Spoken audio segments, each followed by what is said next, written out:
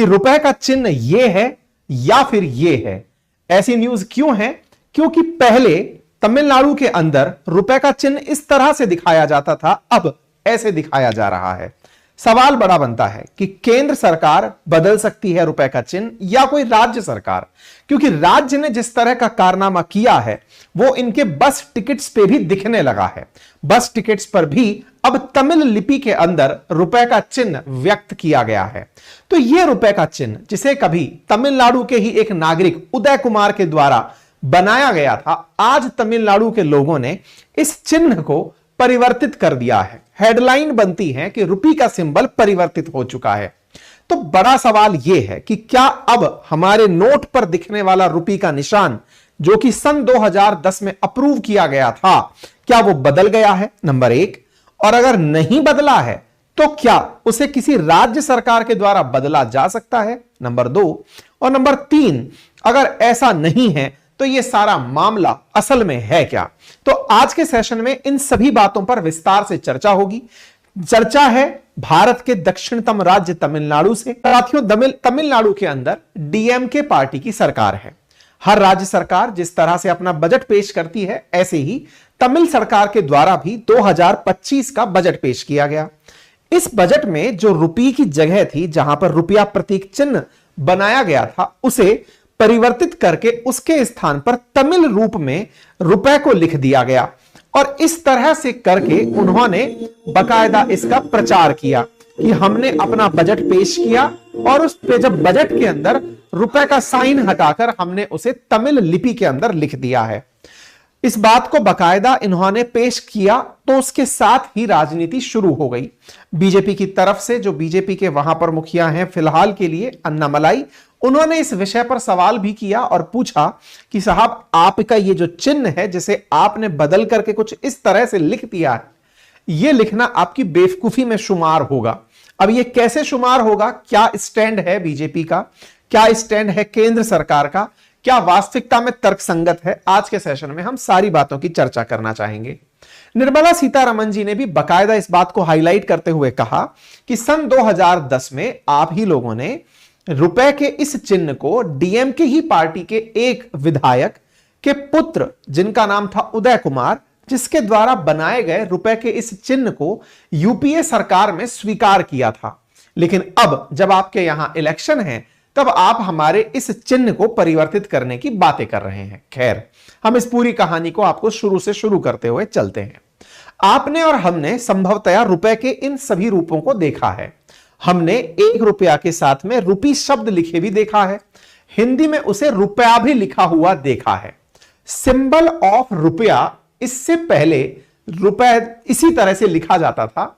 वर्ष 2010 में भारत ने इस रुपया को बिल्कुल वैसे ही, जैसे डॉलर को दिखाने के लिए आप एक साइन चुनते हैं, जैसे पाउंड के लिए एक साइन है, येन के लिए एक साइन है, रेनमिंबी के लिए एक साइन है, वैसे ही हमने रुपया के लिए एक साइन अलॉट करने का कंटेस्ट जारी किया, एक प्रतियोगिता रखी कि हम अपने इस सिंबल को, रुपया को सिंबलाइज कैसे करें। जब हम तुरंत डॉलर बनाते हैं तो हम बोलते हैं कि ये डॉलर है, तो ऐसे ही रुपया को अगर रिकॉग्नाइज करना हो तो उसे कैसे करें। तो इसके लिए एक सिंबल प्रतियोगिता रखी गई भारत सरकार के द्वारा सन 2010 में।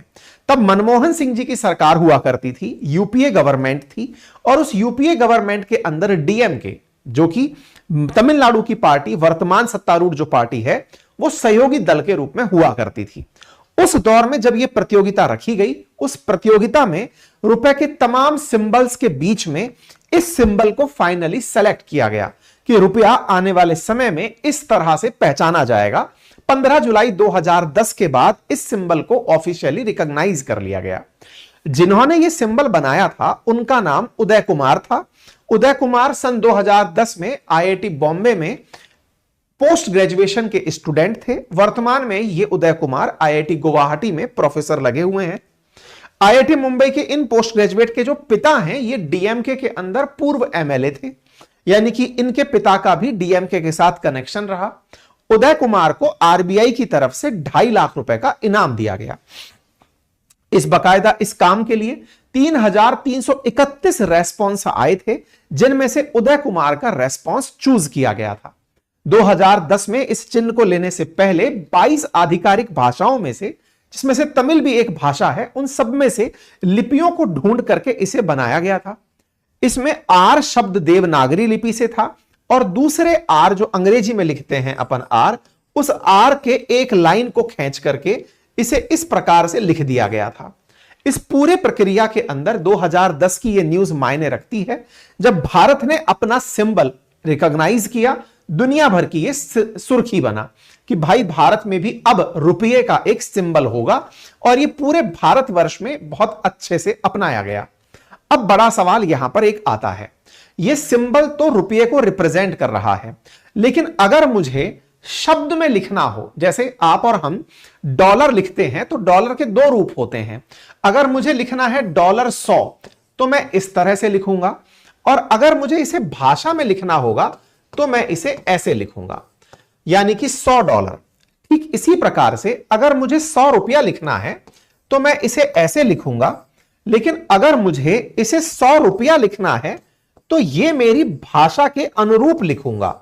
यदि मैं हिंदी बोलता हूं तो मैं रुपया लिखूंगा, अगर मैं गुजराती बोलता हूं तो मैं इस तरह से रुपया लिखूंगा, तमिल बोलता हूं तो इस भाषा में लिखूंगा, मलयालम बोलता हूं तो इस भाषा में लिखूंगा। यानी शब्द स्वरूप में जब लिखूंगा तो ऐसा होगा, सिंबल स्वरूप में लिखा जाएगा तो इस तरह से होगा। बिल्कुल वैसे ही जैसे आप 100% को ऐसे भी लिखते हैं और आप 100% को इस तरह से भी लिखते हैं, तो प्रतिशत का सिंबल जो है वो आपके काम को आसान कर रहा है। अर्थात यहां पर रुपया को रिप्रेजेंटेशन इस रूप में मिला, लेकिन इसका अर्थ यह नहीं था कि यह वाला जो लिखा गया है वो गलत हो जाएगा। यह सिंबलाइज किया गया था, जैसे चीजों को सिंबलाइज किया जाता है। जैसे आप एंड को एज एन सिंबल इस तरह से रिप्रेजेंट करते हुए दिखते हैं, डॉलर को आप इस तरह से सिंबलाइज करते हुए दिखते हैं। यही कारण था कि इस सिंबल को बनाया तो गया, लेकिन इसे किसी पर्टिकुलर सिंबल के रूप में नॉमिनेट नहीं किया गया, राष्ट्रीय चिन्ह नहीं बनाया गया, क्योंकि चिन्ह बनने के बाद में इसके साथ बहुत सारी चीजें और टेक्निकल जुड़ जाती। खैर, फिलहाल के लिए आरबीआई ने इसे अपना लिया और अपना कर बकायदा उदय कुमार को प्रॉपर तरीके से सम्मानित किया। ये चिदंबरम जी हैं जो सम्मानित करते हुए आपको उदय कुमार को दिखाई दे रहे हैं। आज ये तस्वीरें क्यों वायरल हो रही हैं? क्योंकि बीजेपी को, डीएमके को कहने के लिए ये तस्वीरें काम आ रही हैं। वो कह रही हैं, याद करिए अपना समय जब आप ही ने इसकी ताली बजा करके इस लिपि की तारीफ की थी। और याद दिलाया जा रहा है एम करुणानिधि को। ये करुणानिधि कौन है? ये स्टालिन के फादर हैं। स्टालिन कौन है? वर्तमान में तमिलनाडु के सीएम, आप स्वर्गीय हो चुके हैं। इनके साथ जो बैठे हैं उदय कुमार, ये इनसे प्रशंसा प्राप्त कर रहे हैं। आपने इन्हें तमिल गौरव तक कहा और कहा कि आपका बनाया चिन्ह आज भारत की पहचान बन रहा है। लेकिन राजनीति देखिए कि 2010 से 25 आते आते इसके साथ भी तमिलनाडु को दिक्कत होने लगी, अर्थात बाप से बेटे को दिक्कत होने लगी। खैर, राजनीति है। इस राजनीति के चलते एम के स्टालिन फिलहाल फायर में हैं और उन्होंने अपनी तरफ से अपने राज्य के बजट में जहां रुपया सिंबल लिखना था, उस रुपया सिंबल को तमिल लिपि के रुपी से रिप्लेस कर दिया। अब एक बड़ा सवाल कि आफ्टर ऑल एक चिन्ह पर इतना बवाल क्यों? अगर उन्होंने ऐसा कर दिया तो क्या तमिलनाडु के अंदर जो आरबीआई के नोट छपके जा रहे हैं, वो नोट अब रुपए को इस चिन्ह में ना दिखाकर इनके तमिल लिपि में लिखे गए रुपी के सिंबल से रिप्रेजेंट करेंगे क्या? आंसर है नहीं। तो फिर ये अपनी किताबों में या फिर जो बजट डॉक्यूमेंट आया है वहां पर रुपए के सिंबल को जो अपन देख रहे हैं उस रूप में ना लिखकर तमिल रूप में लिख रहे हैं। एक तरह से कहा जाए तो इन्होंने अपनी राज्य की जनता का काम बढ़ा दिया। आरबीआई द्वारा छपे नोटों पर तो रुपया होगा वैसे ही जैसे आप और हम चर्चा कर रहे हैं, लेकिन इनकी जो पुस्तकें हैं या फिर इनके जो बजट डॉक्यूमेंट्स हैं उनमें रुपया इनकी तमिल लिपि में लिखा जाएगा।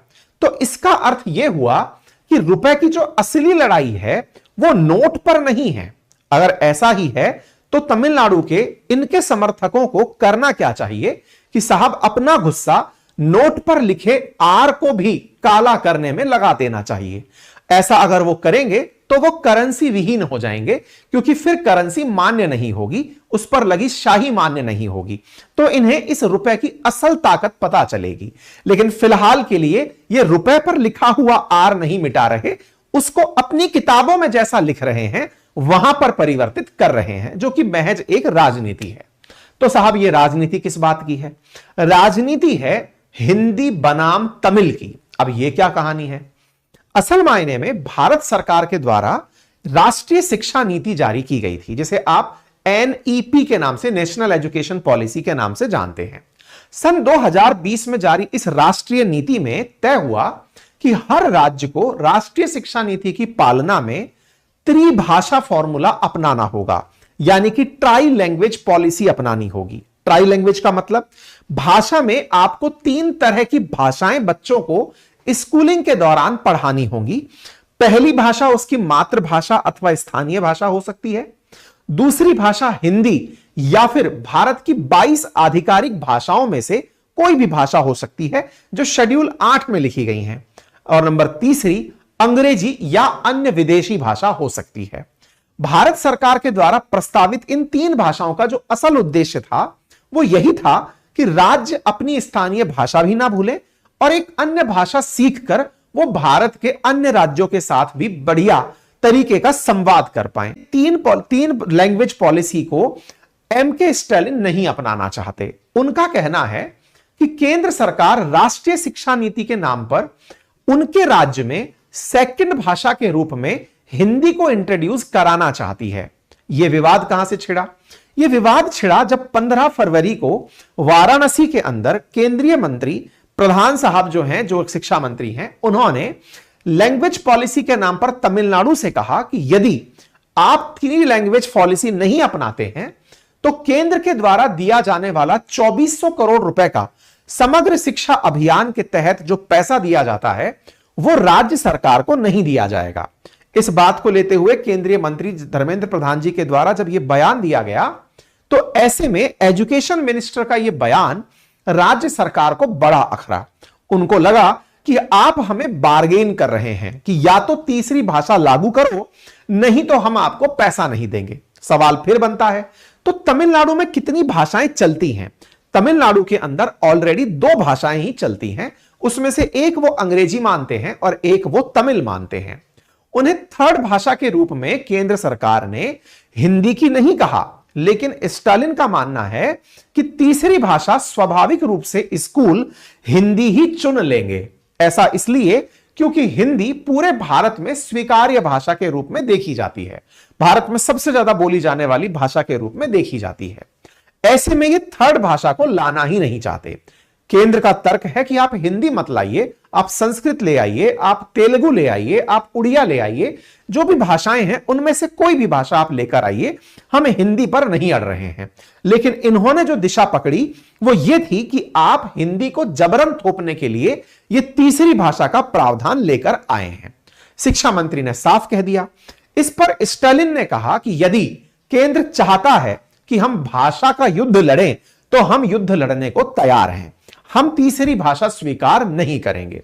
We are ready to fight another language war. इसके लिए ये तैयार हो गए। इन्होंने कहा हम युद्ध करने के लिए तैयार हैं, आप आइए हमसे भाषा वॉर करिए, हम हिंदी नहीं अपनाएंगे, हम 3 भाषा फॉर्मूला नहीं अपनाएंगे। केंद्र अपनी जगह स्पष्ट है कि आप नहीं अपनाओगे तो पैसा केंद्र से नहीं पाओगे। तो क्या कोई राज्य केंद्र की बात को इग्नोर कर सकता है? नहीं, एक हद से अधिक नहीं। अगर वो इस तरह की चीजें करते चले गए तो केंद्र के पास फिर राज्य के संविधान, केंद्र के संविधान को ना मानने के ऊपर राष्ट्रपति शासन तक लगाए जाने की ताकत है। लेकिन उनके यहां अगले साल चुनाव हैं, ऐसे चुनावी राजनीति में वो भी चाहेंगे कि चुनाव पहले ही इस विवाद पर हो तो तमिल बनाम हिंदी की जो लड़ाई है उसमें वो तमिल वोट्स को एक साथ करने में कामयाब हो। मैं बहुत पहले की ही एक राज्य की बात यह बता देता हूं कि 2024 के लोकसभा चुनाव में बीजेपी भले ही वहां एक भी सीट पाने में कामयाब ना रही हो, लेकिन वोट प्रतिशत 18.5% पाने में कामयाब रही थी। एआईडीएमके का सरका हुआ वोट बीजेपी को मिल गया था। हालांकि सीट में भले ही कन्वर्ट ना हुई हो, लेकिन जब विधानसभा के चुनाव होंगे तो संभव है कि बीजेपी तमिलनाडु के अंदर अपनी सीट निकालने में कामयाब हो जाए। यही कारण है कि बीजेपी को हिंदी पार्टी दिखाकर स्टालिन हिंदी बनाम तमिल से अपने राज्य की जनता को एक साथ करने का प्रयास कर रहे हैं। केंद्र सरकार के द्वारा जो नई शिक्षा नीति 2020 है, उस 20 के अंदर 3 भाषाओं में पहली भाषा मातृभाषा, दूसरी भाषा हिंदी अथवा राज्य की कोई अन्य भाषा, तीसरी भाषा में अंग्रेजी या कोई भारतीय या विदेशी भाषा का प्रावधान है। ये बातें मैं आप लोगों को बता चुका हूं, ठीक है। तो ऐसे में चूंकि ये कंपलसरी नहीं है कि आप हिंदी अपनाएं, लेकिन ये इस बात को इस तरह से कोड करके चल रहे हैं जिसका सीधा सा अर्थ यह है कि ये देवनागरी लिपि को नहीं पसंद करते, और जब ये देवनागरी लिपि को पसंद नहीं करते तो ये हिंदी बनाम लड़ाई में रुपए को इस प्रकार से रिप्रेजेंट करना चाहते हैं जो आपको यहां पर दिखाई दे रहा है। तो संभवतया आप लोगों को अब यह बात समझ में आ गई होगी कि विवाद क्यों है और विवाद क्या है। अब सवाल आता है बड़ा कि क्या कोई राज्य ऐसा कर सकता है? क्या किसी राज्य के पास रुपए के चिन्ह को बदलने का अधिकार है? तो अब यहां पर 2 बड़े प्रश्न हैं। पहला, जो हमारा नोट होता है उस पर एक चिन्ह लगा होता है, एक तो नोट पर लगा हुआ है और एक हमारी किताबें लिखी गई हैं। उन किताबों में जो शब्द लिखे गए हैं, किताबें जैसे बजट, राज्य का अपना डॉक्यूमेंट है, राज्य का जो बजट है, उस डॉक्यूमेंट में जहां जहां रुपए का जिक्र है मैं उसे तमिल चिन्ह के रूप में रिप्रेजेंट कर दूं। जैसा मैंने शुरुआत में कहा कि मैं 100 रुपए को ऐसे लिखकर रिप्रेजेंट करूं या फिर जो तमिल रूप में जैसा दिखाया गया है वैसे रिप्रेजेंट करूं। तो यहां पर ध्यान से देखने वाली बात है कि यहां नोट पर चिन्ह बदलने की बात नहीं हुई है, इनकी किताबों में या फिर जो बजट जो किताब थी उसमें इसको परिवर्तित किया गया है। लेकिन सवाल वहीं की वहीं है कि क्या किसी राष्ट्रीय चिन्ह को बदला जा सकता है, इस तरह से बदला जा सकता है? तो तार्किक आंसर यह है कि केंद्र सरकार ने अभी तक रुपए के इस चिन्ह को, एक्सपर्ट्स की अगर राय जाने, जो कि हमें अभी जानकारी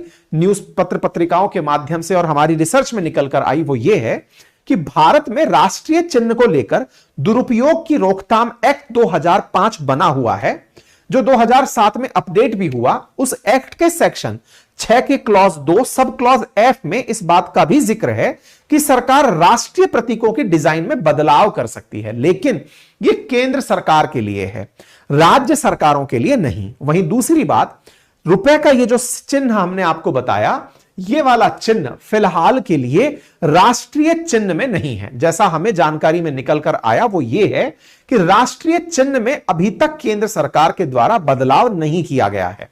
अब अगर चाहे तो केंद्र सरकार इसे राष्ट्रीय चिन्ह के रूप में रिकॉग्नाइज करा सकती है, उसके पास यह पावर है, और जब वो राष्ट्रीय चिन्ह के रूप में रिकॉग्नाइज करा सकती है तो फिर राज्य पर अवमानना का भी मामला चला सकती है। पहला मामला तो यह हुआ। अब यही सवाल जब उनके राज्य के उस व्यक्ति से पूछा गया, तो उम्मीद है कि आपको यह विषय वस्तु क्लियर हुई हो कि राज्य ऐसा कार्य नहीं कर सकते। अपनी किताबों में उन्होंने अगर किया है तो वो राष्ट्रीय चिन्ह के रूप में जिस रुपए को हम मान रहे हैं, पहले केंद्र उसे राष्ट्रीय चिन्ह मानना शुरू करे और उसे रिकॉग्नाइज करे अपने एक्ट के अनुसार कि यह राष्ट्रीय चिन्ह है, और उस पर अगर कोई चेंज होता है तो फिर राज्य सरकार को उसके लिए दोषी ठहराया जाए। क्योंकि फिलहाल के लिए प्राप्त जानकारी के अनुसार वो रुपए राष्ट्रीय चिन्ह के रूप में रिकॉग्नाइज नहीं है, तो अपनी पुस्तकों में उसे कैसे दिखाते हैं, यह मसला नहीं बनता। वहीं दूसरी ओर रुपए के ऊपर लिखा हुआ आर नहीं परिवर्तित हो रहा है, तो यह केवल एक लोकल राजनीति का परिणाम है। ठीक है, इनकी बयान की वैसे तो फिलहाल आवश्यकता नहीं है, बस ये तो प्रतिक्रिया दे रहे हैं कि लोकल मुद्दा है, इस पर हम क्या ही कह सकते हैं। कुल मिलाकर के इस पर अब राजनीति और राजनीतिक बयानबाजी चल रही है। बजट आया है तो बजट पर ध्यान भी इन्होंने आकर्षित कर लिया। कुछ लोगों ने निर्मला सीतारमण जी के कुछ पुराने ट्वीट्स निकाले और उसमें उन्होंने ट्वीट्स में इनके इस ही चिन्ह को हाईलाइट किया कि आपने भी कभी रुपी को इस तरह से प्रेजेंट किया था। अब ये तो इसका जवाब खुद दें। कुछ लोग निकाल कर ला रहे हैं कि रुपी को गुजराती में कभी इस तरह से दिखाया गया था। हम इनकी सत्यता तो प्रमाणित नहीं करते, लेकिन फिलहाल जिस तरह की सोशल मीडिया पर चर्चाएं हैं वो ये हैं कि इस बात को लेकर बहस लंबे समय से लोकल राजनीति में बनी है। हम और आप केवल यह समझें कि जब चुनाव होता है तब कुछ इस तरह से होता है, और जब चुनाव नहीं होता तो रुपए का चिन्ह कुछ इस तरह से होता है। ठीक है, बात चुनाव की है तो इनके यहां चुनाव अप्रैल से मई 2026 में होने हैं। 234 विधानसभा सीटों के लिए होने हैं। 234 में से फिलहाल डीएमके 134 सीटों के साथ सबसे बड़ी पार्टी बनकर बैठी है। अपोजिशन में एआईडीएमके है, लेकिन एनडीए भी 13 सीटों के साथ बैठी है। वोट परसेंटेज की बात करें तो वोट परसेंटेज मतलब पॉपुलेशन की अगर बात करें तो 7 करोड़ की पॉपुलेशन वाला ये जो राज्य है, यहां पर वोटिंग के हिसाब से बढ़िया परसेंटेज वोट है और हिंदू वोटर्स की जो संख्या है वो यहां पर 87.58% है।